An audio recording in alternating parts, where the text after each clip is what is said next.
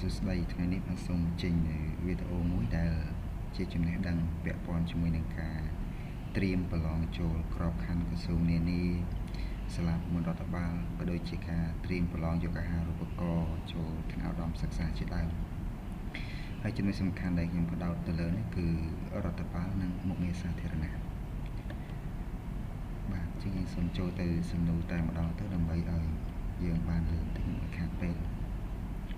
អញ្ចឹងសំណួរទី1គេថាចូលឲ្យនិយមន័យមុខងារសាធារណៈអញ្ចឹងសញ្ញាដំបូងមុននឹងយើងស៊ីជម្រៅទៅលើមុខងារសាធារណៈយើងគួរតែដឹងនិយមន័យវាខ្លះតើអ្វីទៅជាមុខងារសាធារណៈជារួមមកមុខងារសាធារណៈមាននិយមន័យចំនួន6ហើយនឹងខ្ញុំធ្វើការបកស្រាយម្ដងមួយបាទអញ្ចឹងនិយមន័យទី1គឺតាមន័យរបស់អង្គការតើតាមន័យអង្គការមុខងារសាធារណៈត្រូវបានគេឲ្យនិយមន័យយ៉ាងដូចម្ដេចគឺជាបុគ្គលិកទាំងអស់ឬមួយផ្នែកដែលបម្រើការនៅក្នុងរាជការបើកបង្កញ្ចក់មួយឬក៏រដ្ឋការនិយមន័យទី2តាមលក្ខន្តិកគតិយុត្តគឺជាលក្ខន្តិកយុត្តដែលអនុវត្តលើបុគ្គលគ្រប់ប្រភេទដែលធ្វើការឲ្យរាជការនិយមន័យទី3តាមសកម្មភាពបានន័យថាមុខងារសាធារណៈគឺជាសកម្មភាពដែលត្រូវបំពេញដោយជនដែលធ្វើការអចិន្ត្រៃយ៍និងជាវិជ្ជាជីវៈនៅក្នុងការងាររបស់រាជការបន្តទៅនិយមន័យទី4និយមន័យទី4តាមន័យថវិកាជាតិសំដៅលើបុគ្គលទាំងអស់ដែលទទួលប្រាក់ខែពីរដ្ឋថវិកាជាតិគឺជាអ្នករាជការនៅក្នុងមុខងារសាធារណៈនិយមន័យទី5គឺជាបុគ្គលិកអចិន្ត្រៃយ៍ទាំងអស់របស់រដ្ឋនិងរបស់សមូហភាពដែនដីនិងនិយមន័យទី6គឺជាសំណុំមន្ត្រីរាជការក្របខ័ណ្ឌរដ្ឋទាំងថ្នាក់កណ្ដាលទាំងថ្នាក់ដែនដីដែលស្ថិតនៅក្រោមច្បាប់សហលក្ខន្តិកៈមន្ត្រីរាជការស៊ីវិលលក្ខន្តិកៈដោយឡែកនិងលិខិតបទដ្ឋានដទៃទៀតចាប់តាំងពីថ្ងៃដែលពួកគាត់ចូលបម្រើការងាររដ្ឋរហូតដល់ថ្ងៃចូលនិវត្តន៍នេះចូលសំណួរទី2ចូលឲ្យនិយមន័យនីតិមុខងារសាធារណៈនីតិមុខងារសាធារណៈសំដៅដល់សំណុំនៃលិខិតបទដ្ឋានគតិយុត្តដោយឡែកឬពិសេសដែលអនុវត្តទៅលើមន្ត្រីរាជការស៊ីវិលដែលបម្រើការងារក្នុងស្ថាប័នសាធារណៈសំណួរទី3ចូលឲ្យនិយមន័យមន្ត្រីរាជការថ្នាក់ក្រោមជាតិមន្ត្រីថ្នាក់ក្រោមជាតិគឺជាមន្ត្រីដែលបម្រើការងារនៅក្រោមមន្ទីររាជធានីខេត្តរបស់ក្រសួងមួយហ្នឹងមន្ទីរនៅតាមខេត្តហ្នឹងគឺជាមន្ត្រីរាជការថ្នាក់ក្រោមជាតិសំណួរទី4ចូលឲ្យនិយមន័យមន្ត្រីរាជការរដ្ឋបាលថ្នាក់ក្រោមជាតិរដ្ឋបាលថ្នាក់ក្រោមជាតិគឺសំដៅដល់រាជធានីខេត្តក្រុងស្រុកខណ្ឌឃុំសង្កាត់និងចៅហ្វាយខេត្តចៅហ្វាយក្រុងគណៈអភិបាលខេត្តគណៈអភិបាលក្រុងហ្នឹងមេឃុំចៅសង្កាត់នេះគឺជាមន្ត្រីរដ្ឋបាលថ្នាក់ក្រោមជាតិបានថាគាត់គ្រប់គ្រងផ្ទាល់សំណួរទី5ចូលឲ្យនិយមន័យមន្ត្រីរាជការឬមន្ត្រីរដ្ឋការយោងតាមសតិនុក្រមបារាំងខ្មែរនៃវិសាបតិយុត្តបានឲ្យនិយមន័យពាក្យមន្ត្រីរាជការថាគឺជាបុគ្គលដែលតែងតាំងនៅក្នុងមុខតំណែងអចិន្ត្រៃយ៍និងតាំងសុខក្នុងមុខតំណែងឋានន្តរស័ក្តិតាមឋានានុក្រមឬមួយយើងអាចឲ្យនិយមន័យម្យ៉ាងទៀតថាមន្ត្រីរាជការគឺជាមន្ត្រីដែលបម្រើសេវាសាធារណៈដែលធ្វើការតាមបញ្ជារបស់ថ្នាក់លើនិងតាមគោលនយោបាយរបស់រាជរដ្ឋាភិបាលសំណួរទី6ចូលឲ្យនិយមន័យមន្ត្រីសាធារណៈមន្ត្រីសាធារណៈឬរាជការសាធារណៈសំដៅលើមន្ត្រីដែលបម្រើការក្នុងស្ថាប័ននីតិបញ្ញត្តិនីតិប្រតិបត្តិនិងតុលាការឬបុគ្គលឯទៀតដែលធ្វើការក្នុងមុខងារសាធារណៈនេះនិយមន័យតាមក្រមព្រហ្មទណ្ឌខ្មែរយើងឬក៏យើងអាចឲ្យនិយមន័យតាមច្បាប់ស្តីពីការប្រឆាំងពុករលួយមួយទៀតគឺគេផ្ដោតទៅលើធាតុ2គឺមន្ត្រីសាធារណៈហ្នឹងគឺជាបុគ្គលដែលបម្រើការក្នុងស្ថាប័ននីតិបញ្ញត្តិនីតិប្រតិបត្តិនិងតុលាការដែលត្រូវតែងតាំងដោយលិខិតបទដ្ឋានគតិយុត្តទោះជាអចិន្ត្រៃយ៍ឬបណ្ដោះអាសន្នក្តីទោះគាត់បានប្រាក់ឈ្នួលឬមិនបានប្រាក់ឈ្នួលដោយមិនគិតពីឋានៈនិងអាយុរបស់បុគ្គលនោះឡើយហើយធាតុមួយទៀតទី2គឺបុគ្គលឯទៀតដែលធ្វើការក្នុងមុខងារសាធារណៈរួមទាំងទីភ្នាក់ងារសាធារណៈឬសហគ្រាសសាធារណៈព្រមទាំងស្ថាប័នដទៃទៀត ដែលមានចែងក្នុងច្បាប់នៃប្រជាជាតិកម្ពុជាហើយជំនាញនេះគឺយើងដកស្រង់ចេញពីច្បាប់ស្តីពីការប្រឆាំងអំពើពុករលួយរបស់ ACU បាទសូមអរគុណសម្រាប់ការចូលរួមទស្សនានិងសូមជួយចុច Subscribe ម្នាក់មួយដើម្បីលើកទឹកចិត្តដល់ខ្ញុំបាទធ្វើវីដេអូបន្តទៀតនិងចេញសំណួរដែលពាក់ព័ន្ធជាមួយនឹងមុខងារសាធារណៈបន្ថែមទៀតដោយសារវីដេអូនេះគ្រាន់តែជាសញ្ញាដំបូងនៃការសិក្សាអំពីមុខងារសាធារណៈហើយនៅវីដេអូបន្តខ្ញុំនឹងរំលេចឡើងនៅនយោបាយនៃមន្ត្រីរាជការស៊ីវិលពីប្រភេទក្របខ័ណ្ឌអង្គរបស់មន្ត្រីរាជការស៊ីវិលនិងមន្ត្រីនយោបាយមន្ត្រីសាធារណៈឬមួយក៏មន្ត្រីរាជការស៊ីវិលបាទអញ្ចឹងសូមមេត្តាសូមជួយចុច Subscribe ឬមួយក៏ចុច Like ផងដែរបាទសូមអរគុណ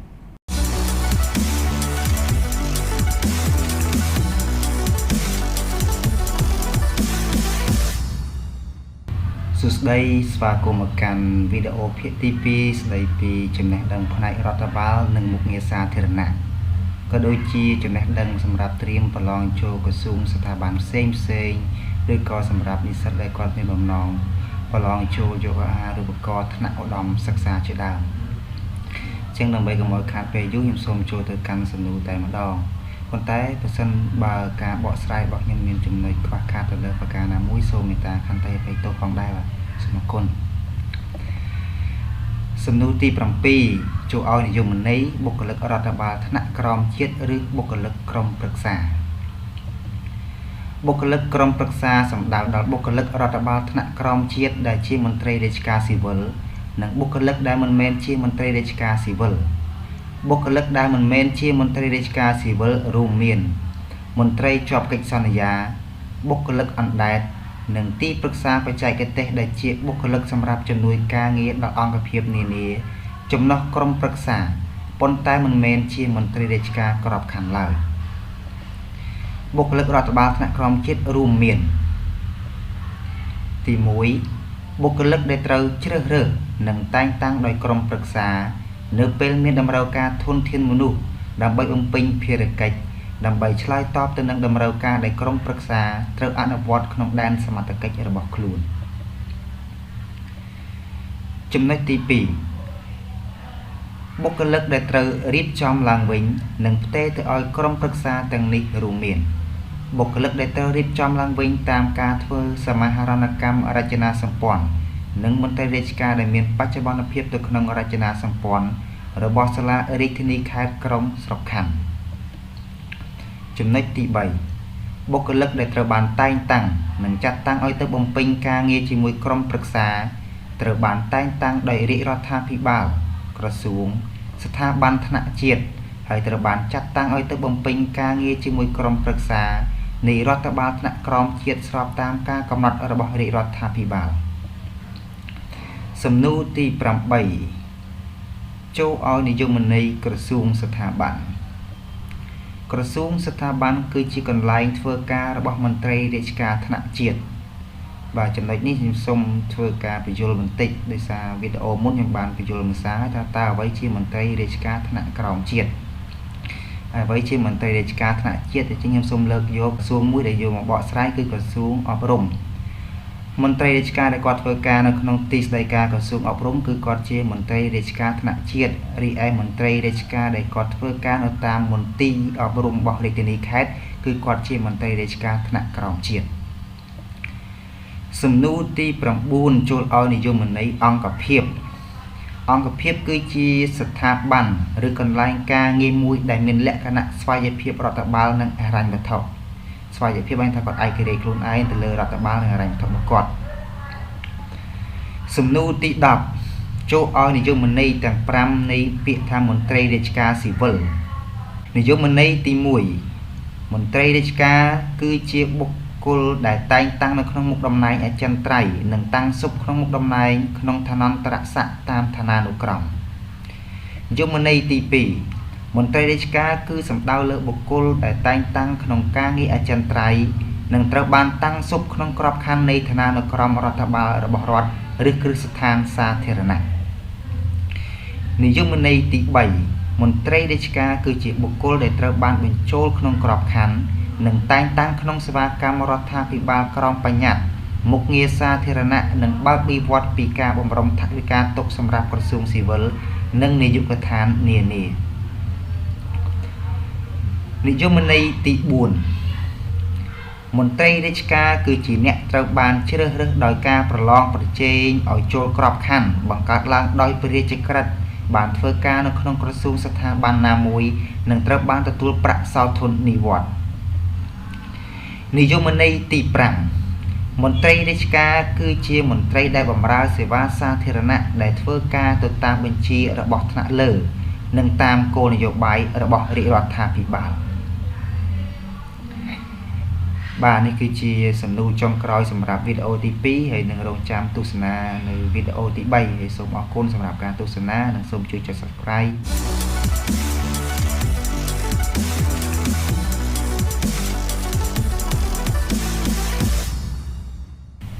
បាទសួស្តីសូមស្វាគមន៍មកកាន់វីដេអូទី3ភាគទី3និយាយអំពីវិញ្ញាសាត្រៀមប្រឡងចូលក្របខ័ណ្ឌក្រសួងនានាសាលាប្រមូលរដ្ឋបាលក៏ដូចជាសម្រាប់សិស្សនិស្សិតដែលគាត់មានបំណងចង់ប្រឡងយកអាហារូបករណ៍ថ្នាក់ឧត្តមសិក្សានៅឯសាកលវិទ្យាល័យហើយចំណេះដឹងដែលចង់ផ្ដោតសំខាន់ទៅលើនេះគឺរដ្ឋបាលនិងមុខងារសាធារណៈអញ្ចឹងមកខ្ញុំសូមបញ្ជាក់ជូនម្ដងទៀតថាប្រសិនបើការបកស្រាយរបស់ខ្ញុំនេះមានកំហុសឆ្គងយ៉ាងណានោះសូមមេត្តាខន្តីអភ័យទោសបាទអញ្ចឹងដើម្បីកុំឲ្យខាតពេលយូរសូមទៅកាន់សំណួរចម្លើយទាំងអស់គ្នា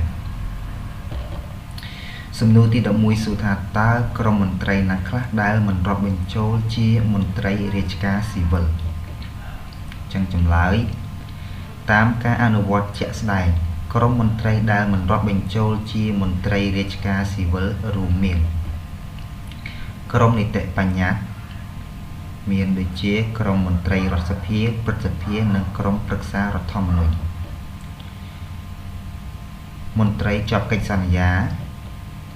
ក្រុមមន្ត្រីតុលាការចៅក្រមព្រះរាជអាជ្ញាមន្ត្រីឧត្តមក្រុមប្រឹក្សានៃអង្គចៅក្រមលើកឡើងតែក្រឡាបញ្ជីនិងក្រុមមន្ត្រីបម្រើការនៅតុលាការរាជធានីខេត្តក្រុមកងយុទ្ធពលខេមរៈភូមិន្ទនគរបាលមិនចាត់ទុកជាមន្ត្រីរាជការស៊ីវិលទេព្រោះគេមានច្បាប់លក្ខន្តិកៈដោយឡែករបស់គេមន្ត្រីនយោបាយសមាជិករដ្ឋាភិបាលសមាជិកសភាសមាជិកព្រឹទ្ធសភាអនុរដ្ឋលេខាធិការមិនមែនជាមន្ត្រីក្នុងក្របខ័ណ្ឌម្យ៉ាងទៀតការងាររបស់ពួកគេត្រូវចប់នៅពេលចប់អាណត្តិឬលាឈប់មន្ត្រីទីប្រឹក្សាជំនួយការមន្ត្រីខុទ្ទកាល័យនៃស្ថាប័នរដ្ឋបាលថ្នាក់កណ្ដាលសមាជិកក្រុមប្រឹក្សាឃុំសង្កាត់ក្រុងស្រុកខណ្ឌខេត្តរាជធានីមិនមែនជាមន្ត្រីរាជការស៊ីវិលទេព្រោះការងាររបស់គេមានអាណត្តិនិងត្រូវចប់នៅពេលចប់អាណត្តិសំណួរទី12ចូលប្រៀបធៀបភាពខុសគ្នារវាងមន្ត្រីរាជការស៊ីវិលនិងមន្ត្រីនយោបាយចំណុចទី1តំណែងមន្ត្រីរាជការស៊ីវិលក្របខ័ណ្ឌក្នុងមុខងារសាធារណៈថ្នាក់ខ្ពស់បំផុតគឺអគ្គនាយកឬអភិបាលរាជធានីខេត្តចំណុចទី2មន្ត្រីនយោបាយមានតំណែងមិនស្ថិតស្ថេរពលគឺតែងតាំងឡើងមានកាលកំណត់និងតាមអាណត្តិចំណុចទី3មន្ត្រីរាជការស៊ីវិលមានការឡើងឋានន្តរស័ក្តិឋានៈទទួលប្រាក់សោធននិវត្តន៍ឡើងពលគឺស្ថិតនៅក្រោមច្បាប់សហលក្ខន្តិកៈមន្ត្រីរាជការស៊ីវិលចំណុចទី4មន្ត្រីនយោបាយដែលគ្មានក្របខ័ណ្ឌគ្មានការឡើងឋានៈឋានន្តរស័ក្តិនោះទេពលគឺមិនស្ថិតនៅក្រោមច្បាប់សហលក្ខន្តិកៈមន្ត្រីរាជការស៊ីវិលឡើយចំណុចទី5មន្ត្រីទាំងឡាយដែលបានរៀបរាប់ខាងលើនេះបើជាមន្ត្រីក្របខ័ណ្ឌត្រូវទៅបម្រើការងារតាមក្របខ័ណ្ឌរបស់ខ្លួននៅតាមក្រសួងវិញនៅពេលចប់អាណត្តិឬលាលែងសំណួរទី13តើលក្ខណៈពិសេសនៃមុខងារសាធារណៈមានប៉ុន្មានយ៉ាងចូលបកស្រាយលក្ខណៈពិសេសនៃមុខងារសាធារណៈគឺមាន3យ៉ាងអញ្ចឹងចំណុចទី1បេសកកម្មមុខងារសាធារណៈជាបេសកកម្មបម្រើសេវាសាធារណៈមន្ត្រីរាជការត្រូវគោរពគោលការណ៍ទាំងឡាយក្នុងការបម្រើសេវាសាធារណៈព្រមទាំងចេះសម្របសម្រួលក្នុងក្របខ័ណ្ឌច្បាប់មានភាពទន់ភ្លន់និងប្រកបដោយសីលធម៌ចំពោះប្រជាពលរដ្ឋបេសកកម្មម្យ៉ាងទៀតគឺជាការធ្វើឲ្យសម្រេចជោគជ័យនូវគោលនយោបាយនិងទិសដៅដែលកំណត់ដោយរាជរដ្ឋាភិបាលចំណុចទី2មធ្យោបាយមុខងារសាធារណៈ គឺជាអំណាចសាធារណៈនិងអនុទានសាធារណៈអ្នករាជការជាអ្នកអនុវត្តបទបញ្ជាដែលរាជរដ្ឋាភិបាលដាក់មកឲ្យព្រមទាំងមានបុព្វសិទ្ធិនៃអំណាចសាធារណៈសម្រាប់ប្រើក្នុងការងាររបស់ខ្លួនតពីចំណុចនេះអ្នករាជការជាអ្នកទទួលចាយអនុទានសាធារណៈដែលបានមកពីការយកពន្ធដារសពសារពើនិងប្រភពចំណូលផ្សេងទៀតក្នុងក្របខ័ណ្ឌហិរញ្ញវត្ថុនិងថវិកាចំណុចទី3ប្រសិទ្ធភាពនៃសកម្មភាពរបស់មុខងារសាធារណៈអញ្ចឹងប្រសិទ្ធភាពហ្នឹងគឺបែងចែកជា2ទៀតនៅក្នុងហ្នឹងការត្រួតពិនិត្យខាងក្នុងការត្រួតពិនិត្យពីភាពត្រឹមត្រូវតាមច្បាប់ពលគឺមើលពីភាពគោរពច្បាប់បទបញ្ជាធ្វើតាមនីតិវិធីមានភាពទៀងទាត់មិនខ្ជះខ្ជាយនិងអាចដាក់ទណ្ឌកម្មចំពោះអ្នកនៅក្រៅបង្គាប់ពលគឺជាការត្រួតពិនិត្យរបស់ថ្នាក់ដឹកនាំលើទង្វើរបស់អ្នកក្រៅបង្គាប់បន្តបន្ទាប់ការត្រួតពិនិត្យខាងក្រៅការត្រួតពិនិត្យផ្នែកហិរញ្ញវត្ថុពលគឺការត្រួតពិនិត្យពីចំណាយចំណូលរបស់ស្ថាប័នដោយក្រសួងសេដ្ឋកិច្ចនិងអគ្គសវនកម្មជាតិនិងឡានសំណួរទី14តើគោលការណ៍មុខងារសាធារណៈមានប៉ុន្មានចូលបកស្រាយបាទដូច្នេះគោលការណ៍មុខងារសាធារណៈក៏មាន3ចំណុចផងដែរទី1បម្រើផលប្រយោជន៍សាធារណៈផលប្រយោជន៍សាធារណៈត្រូវផ្សារភ្ជាប់ទៅនឹងផលប្រយោជន៍របស់ក្រសួងនីមួយៗពលគឺមិនត្រូវប្រឆាំងនឹងផលប្រយោជន៍របស់ក្រសួងនីមួយៗឡើយមុខងារសាធារណៈមិនគ្រប់គ្រងមន្ត្រីរាជការតាមក្រសួងផ្ទាល់នោះទេពលគឺគ្រាន់តែធ្វើការសម្របសម្រួលក្របខ័ណ្ឌរចនាសម្ព័ន្ធនៅក្នុងក្រសួងនីមួយៗឲ្យមានដំណើរការល្អដើម្បីបំពេញការងារឲ្យបានរលូននិងបានជោគជ័យស្របតាមគោលការណ៍នយោបាយរបស់រាជរដ្ឋាភិបាលតែប៉ុណ្ណោះចំណុចទី2គោរពគោលការណ៍ស្តីពីឋានានុក្រមការតែងតាំងការឡើងឋានៈឬឋានន្តរស័ក្តិនិងការដាក់ទណ្ឌកម្មវិន័យត្រូវគោរពតាមនីតិវិធីនិងមានគោលការណ៍ច្បាស់លាស់ឧទាហរណ៍អនុមន្ត្រីមានឧបនិស្ស័យអាចកាន់មុខតំណែងអនុប្រធាននាយកដ្ឋានឬប្រធានមន្ត្រីជាដើមជាចាំបាច់ត្រូវគោរពតាមគោលការណ៍នេះអញ្ចឹងនៅវីដេអូបន្តទៀតនឹងបកស្រាយថាតើអនុមន្ត្រីហ្នឹងគាត់នៅស្ថិតនៅក្របខ័ណ្ឌណាគាត់វិរៈមន្ត្រីឬឧត្តមមន្ត្រីអីចឹងទៅអញ្ចឹងនៅក្នុងវីដេអូនេះនៅខ្ញុំមិនបានបកស្រាយលម្អិតទេអញ្ចឹងខ្ញុំឆ្លើយសំណួរនេះឲ្យចប់សិនចំណុចទី3ការពារផលប្រយោជន៍មន្ត្រីរាជការគឺស្របតាមច្បាប់សហលក្ខន្តិកៈមន្ត្រីរាជការស៊ីវិលនិងលិខិតបទដ្ឋានផ្សេងទៀតដែលពាក់ព័ន្ធនឹងមន្ត្រីរាជការរួមមានការការពារសិទ្ធិការឡើងឋានៈឬឋានន្តរស័ក្តិឬមុខតំណែងការធានាអាជីពឬការការពារអាជីពបៀវត្សប្រាក់សោធននិវត្តន៍សំណួរទី15យោងតាមព្រះរាជក្រឹត្យលេខនសរកតលេខ1លេខ0លេខ1លេខ4លេខ1លេខ1លេខ7លេខ5ស្ដីពីគោលការណ៍រួមនៃការរៀបចំមុខងារសាធារណៈថ្មីតើក្របខ័ណ្ឌមន្ត្រីរាជការបែងចែកជាប៉ុន្មានប្រភេទមានអ្វីខ្លះចូលរៀបរាប់ពីឋានន្តរស័ក្តិ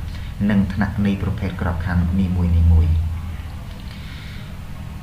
ក្របខ័ណ្ឌមន្ត្រីរាជការចែកចេញជា3ប្រភេទគឺកខនិងកប្រភេទក្របខ័ណ្ឌកមានឋានន្តរស័ក្តិនិងឋានៈដូចខាងក្រោមមានក34ក33ក32ក31ក24ក23ក22ក21ក16ក15ក14ក13ក12ក11ប្រភេទក្របខ័ណ្ឌខមានឋានន្តរស័ក្តិនិងឋានៈដូចខាងក្រោមខ34ខ33ខ32ខ31ខ24ខ23ខ22ខ21ខ16ខ15ខ14ខ13ខ14ខ12ខ11ប្រភេទក្របខ័ណ្ឌគោគ្មានឋានន្តរស័ក្តិទេមានតែឋានៈគួរ10គួរ9គួរ8គួរ7គួរ6គួរ5គួរ4គួរ3គួរ2និងគួរ1អញ្ចឹងចំណុចនេះខ្ញុំសូមបកស្រាយបន្តិចតើឋានន្តរស័ក្តិគឺជាអ្វីឋានន្តរស័ក្តិគឺឧទាហរណ៍ខ 1.6 ខ 2.4 ខ 3.4 ហ្នឹងបែរថាខ 1 ខ 2 ខ 3 ហ្នឹងគឺជាឋានន្តរស័ក្តិ រីឯ 1.6 1.5.4.3 ហ្នឹងគឺជាថ្នាក់ទី 1.6 ថ្នាក់ 1.5 ថ្នាក់ 1.4 ហ្នឹងបាទសូមអរគុណសម្រាប់ការទស្សនានិងសូមជួយចុច Subscribe សម្រាប់ទទួលបានវីដេអូបន្ទាប់និងសូមជួយ Like Comment Share ផងដែរបាទសូមអរគុណ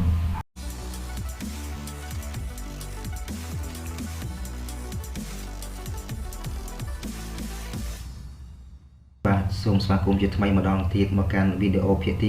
4 ស្ដីពីវិញ្ញាសាត្រៀមប្រឡងចូលក្របខ័ណ្ឌក្រសួងនានាប្រឡងចូលសាលាភូមិន្ទរដ្ឋបាលក៏ដូចជាសម្រាប់សិស្សនិស្សិតដែលពួកគាត់មានបំណងចង់ប្រឡងយកអាហារូបករណ៍នៅថ្នាក់ឧត្តមសិក្សាជាដើមមុននឹងចូលដល់សំណួរចម្លើយខ្ញុំបាទសូមធ្វើការខន្តីអភ័យទោសជាមុនប្រសិនបើការបកស្រាយទៅមានកំហុសខុសឆ្គងយ៉ាងណានោះបាទអញ្ចឹងសូមចូលទៅកាន់សំណួរចម្លើយទាំងអស់គ្នាសំណួរទី 16 ដូចម្ដេចដែលហៅថាវប្បធម៌សេវាសាធារណៈចំឡើយវប្បធម៌សេវាសាធារណៈគឺសំដៅដល់ការផ្ដល់សេវាសាធារណៈរបស់បុគ្គលិកមន្ត្រីរាជការដែលត្រូវប្រកាន់ខ្ជាប់នូវគោលការណ៍ចម្បងដូចជាការផ្លាស់ប្ដូរឥរិយាបថមន្ត្រីរាជការពីអ្នកត្រួតត្រាទៅជាអ្នកផ្ដល់សេវាជាអ្នកផ្ដល់សេវាដែលផ្ដោតលើសេចក្តីត្រូវការជាក់ស្ដែងរបស់អ្នកប្រើប្រាស់សេវានិងត្រូវឆ្លើយតបប្រកបដោយមនសិការវិជ្ជាជីវៈនិងសេចក្តីថ្លៃថ្នូររបស់មន្ត្រីរាជការជាអ្នកប្រឹក្សាយោបល់ដែលត្រូវយកចិត្តទុកដាក់ផ្ដល់ព័ត៌មាននិងពន្យល់ឲ្យបានច្បាស់លាស់ដល់ប្រជាពលរដ្ឋពីនីតិវិធីរបៀបរបបនិងបែបបទផ្សេងៗនៃការផ្ដល់សេវាជាអ្នកសម្របសម្រួលទៅលើដំណើរការនៃការផ្ដល់សេវានិងការមកទទួលសេវាទៅប្រើប្រាស់ដោយការកាត់បន្ថយនីតិវិធីស្មុគស្មាញការផ្ដល់សេវាមានភាពសាមញ្ញខ្លីទាន់ពេលវេលានិងមានភាពរលូននៅក្នុងទម្រង់ការងារទាំងអស់សំណួរទី 17 ដូចម្ដេចដែលហៅថាការផ្លាស់ប្ដូរស្ថានភាពរដ្ឋបាលចំឡើយការផ្លាស់ប្ដូរស្ថានភាពរដ្ឋបាលគឺសំដៅដល់ការធ្វើកម្មសិក្សាការីការតាំងសុខក្នុងក្របខ័ណ្ឌការដំឡើងឋានៈការដំឡើងឋានន្តរស័ក្តិការរៀបឋានន្តរស័ក្តិថ្មីការផ្លាស់ប្ដូរកន្លែងធ្វើការការផ្ទេរក្របខ័ណ្ឌការដាក់ឲ្យនៅក្រៅក្របខ័ណ្ឌដើមការដាក់ឲ្យស្ថិតនៅក្នុងភាពទំនេរគ្មានបៀវត្សការបញ្ឈប់ពីការងារការបណ្តេញចេញពីការងារការចូលនិវត្តន៍ការកាត់បន្ថយឋានន្តរស័ក្តិការបន្ថយឋានៈ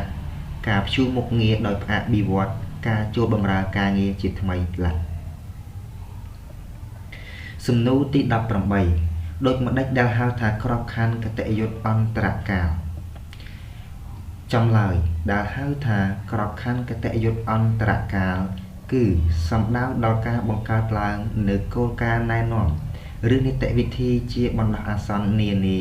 ដើម្បីគ្រប់គ្រងបុគ្គលិករដ្ឋបាលថ្នាក់ក្រោមជាតិនៅមុនពេលដែលក្របខ័ណ្ឌគតិយុត្តអចិន្ត្រៃយ៍សម្រាប់គ្រប់គ្រងបុគ្គលិករដ្ឋបាលថ្នាក់ក្រោមជាតិត្រូវបានរៀបចំនិងអនុម័តជាផ្លូវការ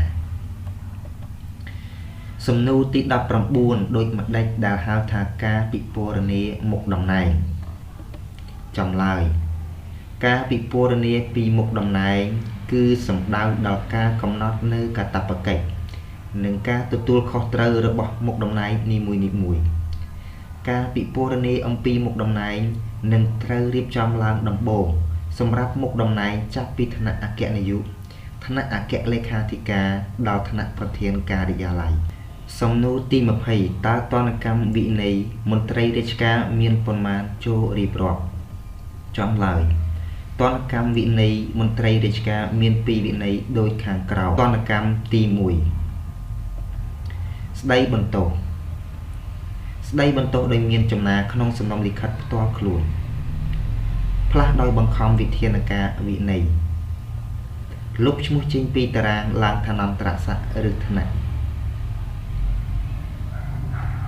ទណ្ឌកម្មទី 2 ស្ដីបន្ទោសជាទម្ងន់បណ្ដាលឲ្យលុបចេញពីតារាងឡើងឋានន្តរស័ក្តិឬឋានៈប្រសិនបើមានការចុះឈ្មោះហើយឬធ្វើឲ្យយឺតក្នុងការដំឡើងឋានន្តរស័ក្តិឬឋានៈក្នុងថេរវេលាណាមួយមានកំណត់ តែមិនត្រូវឲ្យលើសពី2ឆ្នាំក្នុងការដំឡើងឋានន្តរស័ក្តិឬឋានៈតាមវេនជ្រើសរើសឬតាមវេនអតីតភាពដាក់ឲ្យនៅទំនេរគ្មានបៀវត្សមិនឲ្យលើសពី1ឆ្នាំបន្ថយឋានន្តរស័ក្តិឬឋានៈមួយឋានៈឬច្រើនឋានៈដាក់ឲ្យចូលនិវត្តន៍មុនកំណត់ឬបញ្ឈប់ពីការងារដោយបង្ខំបណ្ដេញចេញពីមុខតំណែងរាជការសំណួរទី21ដូចម្ដេចដែលហៅថាប្រព័ន្ធគ្រប់គ្រងគុណផលចម្លើយប្រព័ន្ធគ្រប់គ្រងគុណផលគឺសំដៅដល់ការប្រមូលផ្ដុំនៅសមាសធាតុសំខាន់ដែលរៀបចំឡើងដើម្បីសម្រេចបាននូវគោលបំណងរួមរបស់ក្រសួងស្ថាប័នអង្គភាពក្រុមការងារនិងមន្ត្រីរាជការមានដូចជាការបង្កើតវត្ថុបំណងនិងទិសដៅការងារពិពណ៌នាមុខតំណែងផែនការការងារប្រចាំឆ្នាំការព្រមព្រៀងអនុវត្តការងារប្រចាំឆ្នាំរបស់មន្ត្រីរាជការដែលទាំងអស់នេះជាការងារសំខាន់នៃការគ្រប់គ្រងការងារប្រចាំថ្ងៃប្រព័ន្ធគ្រប់គ្រងគុណផលមានការជាប់ទាក់ទងដោយផ្ទាល់ទៅនឹងដំណើរការនៃការគ្រប់គ្រងធនធានមនុស្សដូចជាការកំណត់ពីតម្រូវការក្នុងការអភិវឌ្ឍសមត្ថភាពនិងការគិតគូរលើការវិវត្តអាជីពបាទសូមអរគុណសម្រាប់ការចូលទស្សនានិងសូមជួយចុច Subscribe សម្រាប់វីដេអូបន្តផងដែរបាទសូមអរគុណ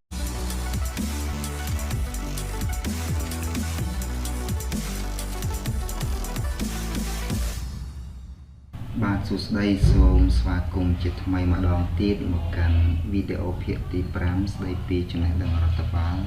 និងមុខងារសាធារណៈដែលប្រើសម្រាប់ការត្រៀមប្រឡងចូលក្រុមការក្រសួងនានាសាលាភូមិរដ្ឋបាលក៏ដូចជាសម្រាប់សិស្សនិស្សិតដែលមានបំណងចង់ប្រឡងយកអាហារូបករណ៍ថ្នាក់ឧត្តមសិក្សាជាដើម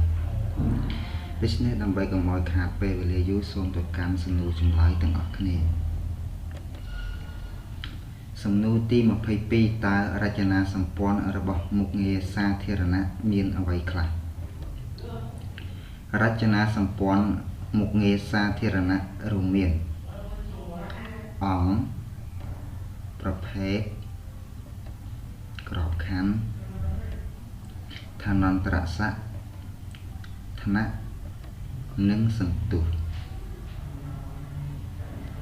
សំណួរទី23តើមន្ត្រីរាជការស៊ីវិលបច្ចុប្បន្នមានអង្គចំនួនប៉ុន្មានចំពោះមន្ត្រីរាជការស៊ីវិលបច្ចុប្បន្នអង្គដែលបានបង្កើតរួចមាន6អង្គរដ្ឋបាលទូទៅអង្គសុខាភិបាលអង្គការងារទូតអង្គបច្ចេកទេសអង្គគ្រូបង្រៀនអង្គរដ្ឋបាលក្រសួងមហាផ្ទៃចំណាំក្នុងការអនុវត្តបច្ចុប្បន្ននេះនៅកម្ពុជាពាក្យអង្គនេះត្រូវបានជំនួសដោយក្របខ័ណ្ឌសំណួរទី24តើក្របខ័ណ្ឌមន្ត្រីរាជការទាំងអស់ត្រូវបែងចែកជាប៉ុន្មានប្រភេទក្របខ័ណ្ឌមន្ត្រីរាជការទាំងអស់មាន3ប្រភេទគឺកខនិងក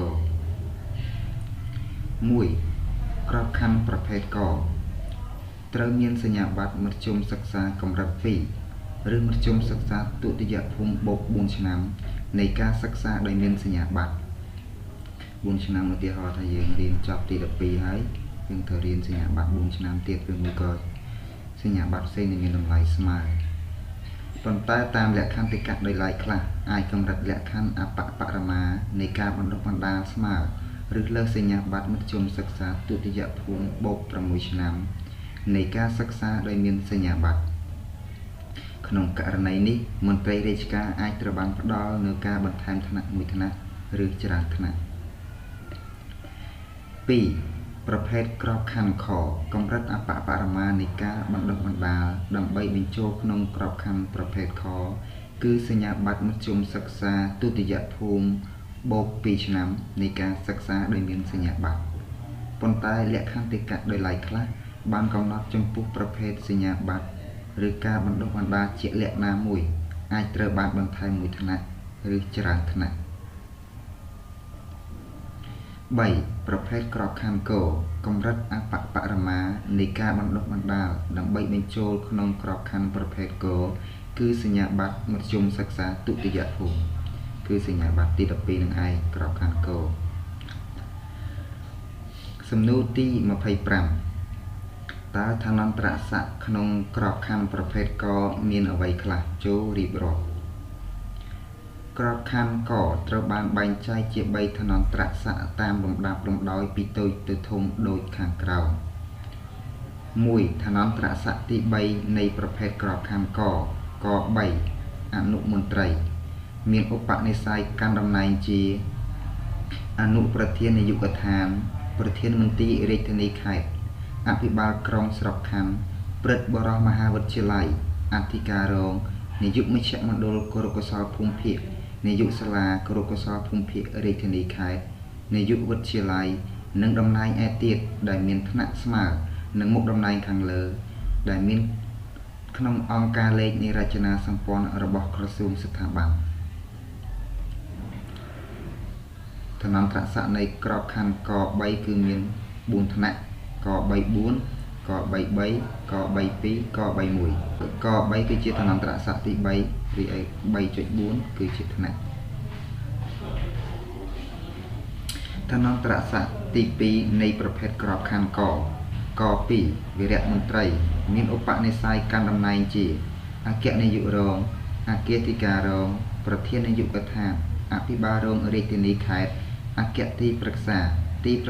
អង្គកុងស៊ុលនៅស្ថានតំណាងនៃប្រជាណាចក្រកម្ពុជានៅបរទេសសាកលវិទ្យាធិការរងព្រឹទ្ធបរិមហាវិទ្យាល័យអធិការអគ្គលេខាធិការរងនិងមុខតំណែងផ្សេងទៀតដែលមានថ្នាក់ស្មើនឹងមុខតំណែងខាងលើ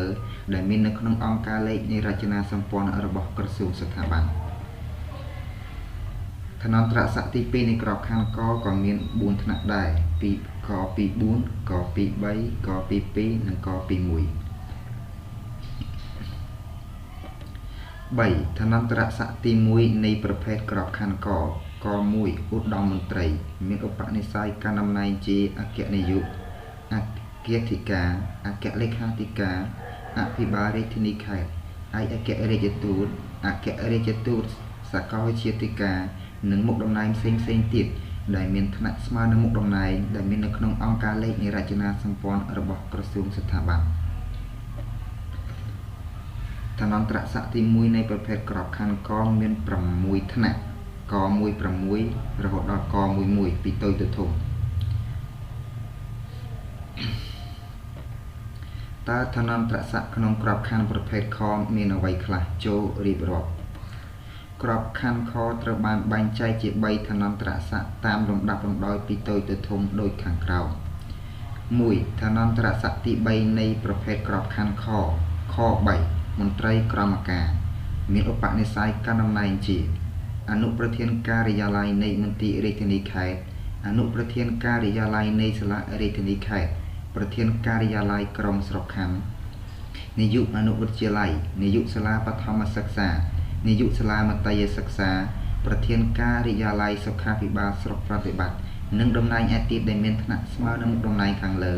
ដែលមាននៅក្នុងអង្គការលេខនៃរចនាសម្ព័ន្ធរបស់ក្រសួងស្ថាប័នឋានន្តរស័ក្តិទី 3 នៃក្របខ័ណ្ឌខក៏មាន 4 ថ្នាក់ដែរខ 3 4 រហូតដល់ខ 3 1 ពីតូចទៅធំ 2. ឋានន្តរស័ក្តិទី 2 នៃប្រភេទក្របខ័ណ្ឌខ 2 ក្រមការដើមខ្សែមានឧបនិស្ស័យកាន់តំណែងជាអនុប្រធានការិយាល័យក្នុងរដ្ឋបាលកណ្ដាលប្រធានការិយាល័យនៃមន្ទីររាជធានីខេត្តប្រធានការិយាល័យនៅសាលារាជធានីខេត្តនិងមុខតំណែងផ្សេងទៀតដែលមានថ្នាក់ស្មើនឹងមុខតំណែងខាងលើដែលមាននៅក្នុងអង្គការលេខនៃរចនាសម្ព័ន្ធរបស់ក្រសួងស្ថាប័នឋានន្តរស័ក្តិទី 2 នៃប្រភេទក្របខ័ណ្ឌខក៏មាន 4 ថ្នាក់ដែរខ 2 4 រហូតដល់ខ 2 1 ពីតូចទៅធំ 3. ឋានន្តរស័ក្តិទី 1 នៃប្រភេទក្របខ័ណ្ឌខ 1 នាយក្រមការមានឧបនិស្ស័យកាន់តំណែងជាប្រធានការិយាល័យក្នុងរដ្ឋបាលកណ្ដាលអនុប្រធានមន្ទីររាជធានីខេត្តអភិបាលរងក្រុងស្រុកខណ្ឌនិងមុខតំណែងផ្សេងទៀត ដែលមានថ្នាក់ស្មើនឹងមុខតំណែងដែលមាននៅក្នុងអង្គការលេខនៃរចនាសម្ព័ន្ធរបស់ក្រសួងស្ថាប័នឋានន្តរស័ក្តិទី1នៃប្រភេទក្របខ័ណ្ឌខក៏មាន6ថ្នាក់ដោយឋានន្តរស័ក្តិទី1នៃក្របខ័ណ្ឌកដែរខ16រហូតដល់ខ11សំណួរទី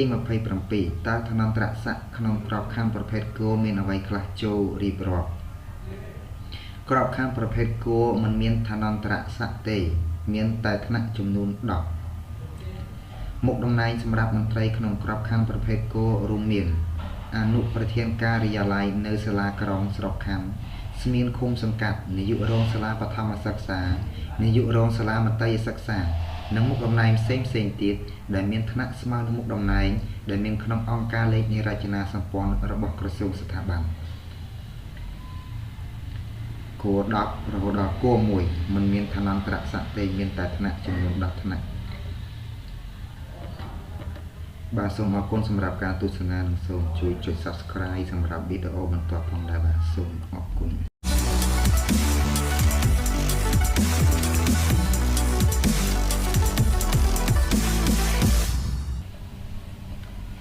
បាទសូមស្វាគមន៍ជាថ្មីម្ដងទៀតមកកាន់វីដេអូភាគទី6ស្ដីពីរដ្ឋបាលនិងមុខងារសាធារណៈដែលប្រើសម្រាប់ការត្រៀមប្រឡងចូល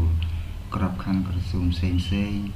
ការប្រឡងចូលសាលាភូមិន្ទរដ្ឋបាលក៏ដូចជាសម្រាប់សិស្សនិស្សិតដែលមានបំណងចង់ប្រឡងយកអាហារូបករណ៍នៅថ្នាក់ឧត្តមសិក្សាជាដើមដូច្នេះដើម្បីកុំឲ្យខាតពេលវេលាយូរសូមចូលទៅកាន់សំណួរចម្លើយទាំងអស់គ្នាសំណួរទី28តើការតែងតាំងឬប្រគល់ភារកិច្ចដោយព្រះមហាក្សត្រក្នុងមុខងារសាធារណៈមានអ្វីខ្លះចូលរៀបរាប់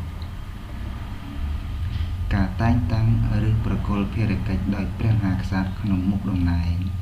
មុខងារសាធារណៈដែលតែងតាំងដោយព្រះរាជក្រឹត្យមានអគ្គលេខាធិការឬអគ្គលេខាធិការរងអគ្គលេខាធិការក្រសួងអគ្គនាយកអគ្គលេខាសាកលវិទ្យាធិការអភិបាលរាជធានីខេត្តអគ្គរាជទូតប្រេសិតវិសាមញ្ញនិងពេញសមត្ថភាពនិងមុខតំណែងឯទៀតដែលមានថ្នាក់ស្មើនឹងមុខតំណែងខាងលើនិងមាននៅក្នុងអង្គការលេខនៃរចនាសម្ព័ន្ធរបស់ក្រសួងស្ថាប័ននិងគ្រប់មុខតំណែងក្នុងឋានន្តរស័ក្តិទី1នៃក្របខ័ណ្ឌប្រភេទក16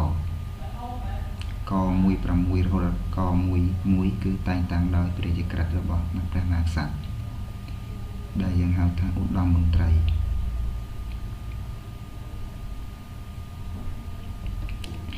សំណួរទី29តើការតែងតាំងឬប្រគល់ភារកិច្ចដោយនាយករដ្ឋមន្ត្រីមានអ្វីខ្លះចូលរៀបរាប់នេះគឺបូកទាំងមុខងារសាធារណៈទាំងយោធានិងនគរបាលមុខងារសាធារណៈគឺផ្ដោតសំខាន់ទៅលើមន្ត្រីរាជការស៊ីវិលដែលស្ថិតនៅក្រោមច្បាប់ស្ដីពីសារលក្ខន្តិកៈមន្ត្រីរាជការស៊ីវិលយោធាស្ថិតនៅក្នុងលក្ខន្តិកៈដោយឡែករបស់យោធានគរបាលស្ថិតនៅក្រោមលក្ខន្តិកៈដោយឡែករបស់នគរបាលនាយករដ្ឋមន្ត្រីអាចតែងតាំងផ្លាស់ប្ដូរបញ្ចប់ភារកិច្ចដោយប្រើអនុក្រឹត្យនៅមន្ត្រីជាន់ខ្ពស់ទាំងថ្នាក់ស៊ីវិលទាំងយោធាមន្ត្រីការទូតនិងមន្ត្រីរាជការចាប់ពីវីរៈសេនីយ៍ឯកនិងថ្នាក់ប្រហាក់ប្រហែលឡើងទៅតាមសំណើរបស់ប្រធានស្ថាប័នគឺរដ្ឋមន្ត្រីក្រសួងមួយមុខតំណែងក្នុងមុខងារសាធារណៈដែលត្រូវតែងតាំងឬប្រគល់ភារកិច្ចដោយអនុក្រឹត្យមានអគ្គលេខាធិការរងរបស់ក្រសួងអគ្គនាយករងអគ្គលេខារងអភិបាលរងរាជធានីខេត្តសាកលវិទ្យាធិការរងព្រឹទ្ធបរិមមហាវិទ្យាល័យប្រធាននាយកដ្ឋានអធិការអភិបាលក្រុងស្រុកខណ្ឌអង្គកុងស៊ុលនិងមុខតំណែងឯទៀតដែលមានថ្នាក់ស្មើនឹងមុខតំណែងខាងលើនិងមាននៅក្នុងអង្គការលេខនៃរចនាសម្ព័ន្ធរបស់ក្រសួងស្ថាប័ននិងគ្រប់មុខតំណែងក្នុងឋានន្តរស័ក្តិទី2នៃក្របខ័ណ្ឌប្រភេទកគឺក2 ក24ដល់ក21ដែលយើងហៅថាវីរៈមន្ត្រីគឺតែងតាំងដោយអនុក្រឹត្យរបស់នាយករដ្ឋមន្ត្រីតាមសំណើរបស់ប្រធានស្ថាប័នសំណួរទី30តើការតែងតាំងឬប្រគល់ភារកិច្ចដោយប្រធានស្ថាប័នមានអ្វីខ្លះចូលរៀបរាប់ មុខតំណែងក្នុងមុខងារសាធារណៈដែលត្រូវតែងតាំងឬប្រគល់ភារកិច្ចដោយប្រកាសរបស់ប្រធានស្ថាប័នបានន័យថារដ្ឋមន្ត្រីក្រសួងនីមួយៗគាត់ប្រើប្រកាសដើម្បីតែងតាំងឬប្រគល់ភារកិច្ចរួមមានអនុប្រធាននាយកដ្ឋានអភិបាលរងក្រុងស្រុកខណ្ឌព្រឹទ្ធបរិះរងអធិការរងប្រធានអនុប្រធានមន្ទីរជំនាញរាជធានីខេត្តប្រធានអនុប្រធានការិយាល័យថ្នាក់កណ្ដាលប្រធានអនុប្រធានការិយាល័យនៅសាលារាជធានីខេត្តប្រធានអនុប្រធានការិយាល័យក្រុងស្រុកខណ្ឌនិងមុខតំណែងឯទៀតដែលមានថ្នាក់ស្មើនឹងមុខតំណែងខាងលើនឹងមាននៅក្នុងអង្គការលេខរចនាសម្ព័ន្ធរបស់ក្រសួងស្ថាប័ននិងគ្រប់មុខតំណែងក្នុងឋានន្តរស័ក្តិទី3នៃក្របខ័ណ្ឌប្រភេទកគឺក34រហូតដល់ក31ដែលយើងហៅថាអនុមន្ត្រីគឺត្រូវតែងតាំងដោយប្រធានស្ថាប័នគឺរដ្ឋមន្ត្រីក៏ប្រើប្រកាសសំណួរទី31តើលក្ខខណ្ឌនៃការជ្រើសរើសឲ្យចូលបម្រើការក្នុងក្របខ័ណ្ឌមុខងារសាធារណៈមានអ្វីខ្លះចូលរៀបរាប់កត្រូវមានសញ្ជាតិខ្មែរក្នុងច្បាប់សហលេខាធិការមន្ត្រីរាជការស៊ីវិលមិនបានកំណត់ថាសញ្ជាតិខ្មែរពីកំណើតឬបានតាមរយៈការធ្វើសញ្ជាតិតូបនីយកម្មនោះឡើយសញ្ជាតិតូបនីយកម្មបានថាគេផ្ដល់សញ្ជាតិឲ្យគាត់សញ្ជាតិដើមមិនមែនជាខ្មែរទេចឹងក្នុងច្បាប់នឹងអត់បានបញ្ជាក់ទេឲ្យតែសញ្ជាតិខ្មែរគឺអាចចូលបម្រើការងារក្នុងមុខងារសាធារណៈបានខអាយុបេក្ខជនដែលមានកម្រិតបណ្ដុះបណ្ដាលចាប់ពីសញ្ញាបត្របណ្ឌិតឡើងទៅត្រូវបានលើកលែងលក្ខខណ្ឌអាយុបេក្ខជនដែលមានសញ្ញាបត្រថ្នាក់បរិញ្ញាបត្រជាន់ខ្ពស់ឬសមមូលត្រូវមានអាយុច្រើនបំផុត40ឆ្នាំបានន័យថាអ្នកដែលមានសញ្ញាបត្រអនុបណ្ឌិតឬតម្លៃស្មើគ្នានឹងគឺលើកលែងអាយុឲ្យគាត់អាយុគាត់យ៉ាងច្រើនបំផុតបានតែត្រឹម40ទេតែលើសពី40មិនអាចប្រឡងចូលបានទេបេក្ខជនដែលមានសញ្ញាបត្របរិញ្ញាបត្រឬសមមូលត្រូវមានអាយុច្រើនបំផុត35ឆ្នាំគោសិទ្ធិពលរដ្ឋសិទ្ធិខាងរដ្ឋបវេនីនិងសិទ្ធិនយោបាយបេក្ខជនទាំងពីរភេទអាចក្លាយជាមន្ត្រីរាជការបានលុះត្រាតែមានសិទ្ធិពលរដ្ឋសិទ្ធិខាងរដ្ឋបវេនីនិងសិទ្ធិនយោបាយខមានសិលធម៌ល្អនិងភាពសុចរិតយោងតាមអត្ថន័យមាត្រា12នៃច្បាប់សហលេខាធិការមន្ត្រីរាជការស៊ីវិលបេក្ខជនត្រូវមានលិខិតបញ្ជាក់ពីឃុំសង្កាត់ថាជននោះមានភាពសុចរិតស្អាតស្អំនិងមានសិលធម៌ល្អងកាយសម្បទាគ្រប់គ្រាន់បេក្ខជនទាំងពីរភេទត្រូវមានកាយសម្បទាគ្រប់គ្រាន់ក្នុងការអនុវត្តសពថ្ងៃនេះមានការលើកលែងខ្លះយោងតាមស្ថានភាពជាក់ស្ដែងនិងការគិតគូរដល់សិទ្ធិជនពិការអញ្ចឹងស្ថាប័ននីមួយៗអាចតម្រូវឲ្យរើសជនពិការក្នុងស្ថាប័នរដ្ឋយ៉ាងតិច 2% និងស្ថាប័នឯកជនយ៉ាងតិច 1% ឲ្យមានជនពិការទៅបម្រើការងារសំណួរទី32តើការជ្រើសរើសដោយការប្រឡងប្រជែងមានប៉ុន្មានចូលរៀបរាប់ការជ្រើសរើសដោយការប្រឡងប្រជែងមាន2ប្រភេទគឺការប្រឡងប្រជែងចូលរៀននៅសាលាភូមិន្ទរដ្ឋបាលហើយការប្រឡងប្រជែងនៅសាលាភូមិន្ទរដ្ឋបាលនេះទៀតសោតត្រូវបានបែងចែកជា2គឺសិស្សមន្ត្រីជាន់ខ្ពស់និងសិស្សមន្ត្រីក្រមការសិស្សមន្ត្រីជាន់ខ្ពស់គឺក្របខ័ណ្ឌកសិស្សមន្ត្រីក្រមការគឺក្របខ័ណ្ឌខ2ការប្រឡងប្រជែងនៅក្រសួងស្ថាប័ននានាគឺយោងតាមតម្រូវការបុគ្គលិករបស់ក្រសួងស្ថាប័នរដ្ឋនិងផែនការរបស់ក្របខ័ណ្ឌប្រចាំឆ្នាំរបស់ក្រសួងនីមួយៗហ្នឹងគាត់តម្រូវការទៅរើសមួយឆ្នាំប្រមាណចឹងបាទសូមអរគុណសម្រាប់ការទស្សនានិងសូមជួយចុច Subscribe សម្រាប់វីដេអូបន្តទៀតបាទសូមអរគុណ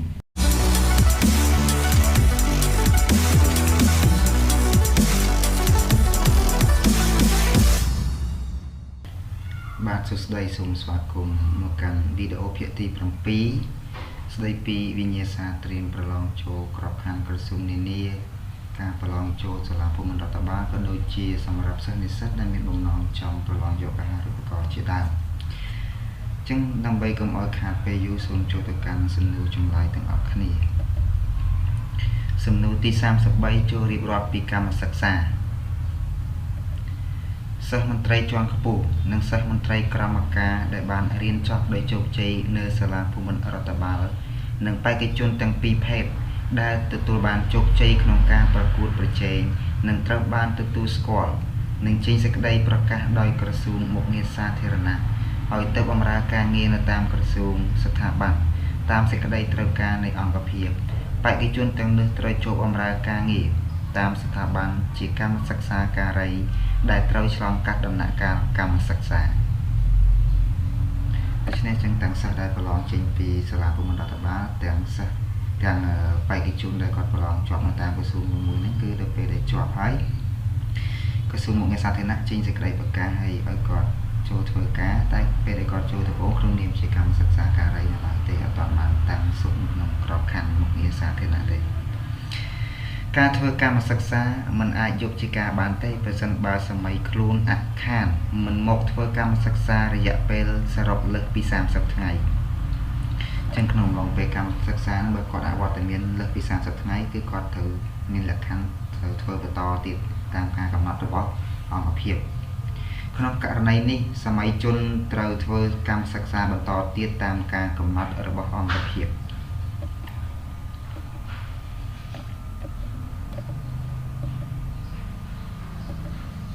រយៈពេលធ្វើកម្មសិក្សាត្រូវបានកំណត់ដូចខាងក្រោម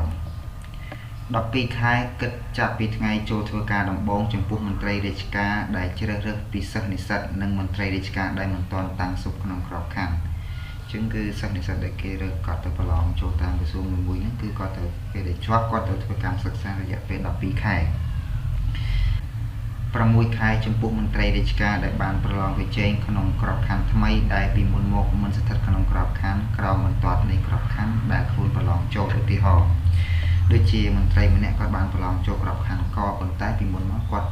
មានអតីតភាពជាក្របខ័ណ្ឌខឬកអញ្ចឹងគាត់ធ្វើកម្មសិក្សាតែ6ខែទេ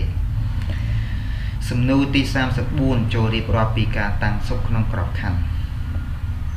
ការតាំងសុខក្នុងក្របខ័ណ្ឌគឺជាលិខិតបទដ្ឋានឯកតជនសម្រាប់ផ្ដល់ឋានន្តរស័ក្តិមួយ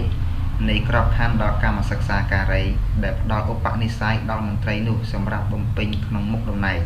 ស្របទៅនឹងឋានន្តរស័ក្តិខ្លួនព្រមទាំងផ្ដល់ឋានៈឲ្យបានក្លាយទៅជាមន្ត្រីរាជការស៊ីវិលពេញសិទ្ធិឬមន្ត្រីក្របខ័ណ្ឌ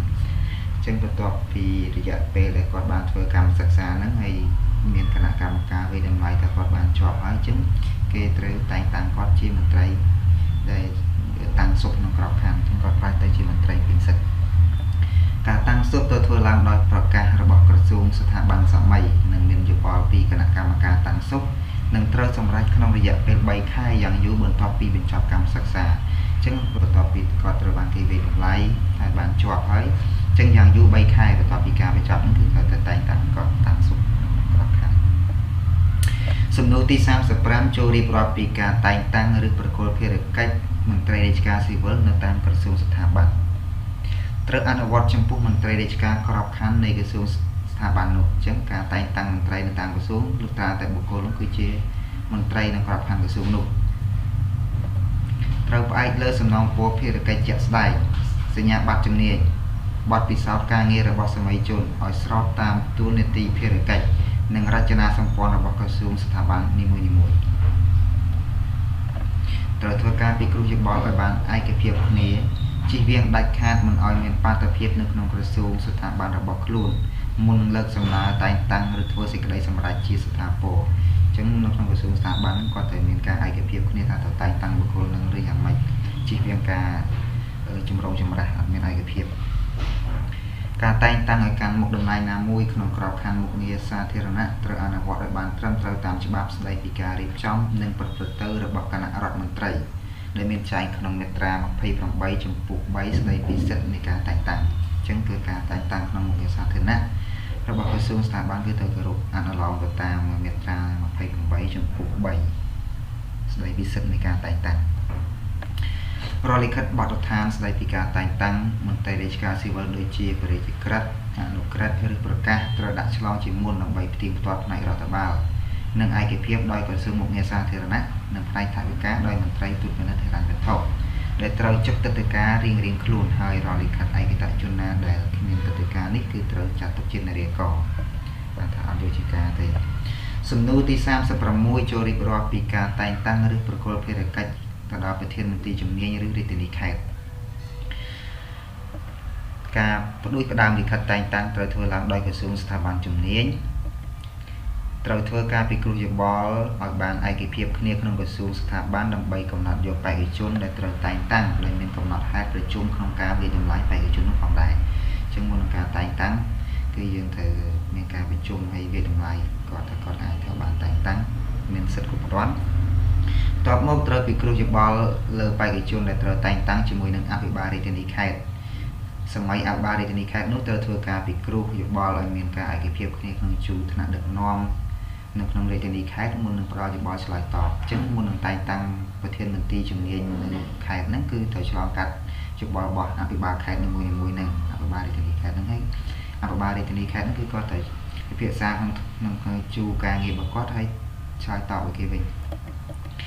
ប៉ុន្តែក្នុងករណីមិនទាន់មានការឯកភាពរវាងក្រសួងស្ថាប័នសម័យជាមួយនឹងរាជធានីខេត្តនោះអភិបាលរាជធានីខេត្តត្រូវលើកសំណើនោះជូនមកក្រសួងមហាផ្ទៃវិញដើម្បីធ្វើការសម្របសម្រួលជាមួយនឹងក្រសួងស្ថាប័នសម័យ